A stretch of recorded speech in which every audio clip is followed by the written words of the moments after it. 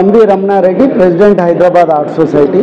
ప్రస్తుతం హైదరాబాద్లో మొట్టమొదటిసారిగా ఇండియా ఆర్ట్ ఫెస్టివల్ సంస్థ వారు ఇండియా ఆర్ట్ ఫెస్టివల్ని ఇక్కడ 7, 8, 9వ తారీఖు కింగ్స్ కోహినూర్ కన్వెన్షన్, అది పిల్లర్ నెంబర్ 68 అత్తాపూర్ అండ్ రోడ్లో గుడిమల్కాపూర్ జంక్షన్ దగ్గర నిర్వహించడం జరుగుతుంది.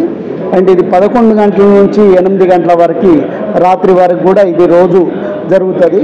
ఇక్కడ దాదాపు 100కు పైగా బూతులు ఉన్నాయి.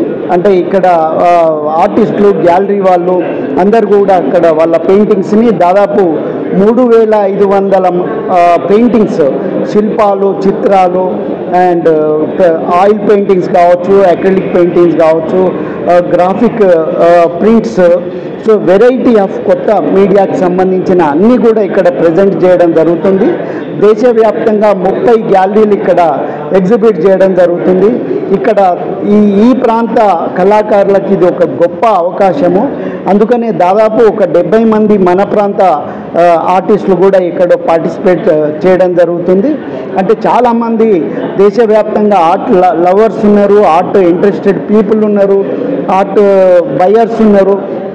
వాళ్ళందరికీ కూడా హైదరాబాదులో ఎంతమంది ఉన్నారనే విషయం పూర్తిగా తెలీదు.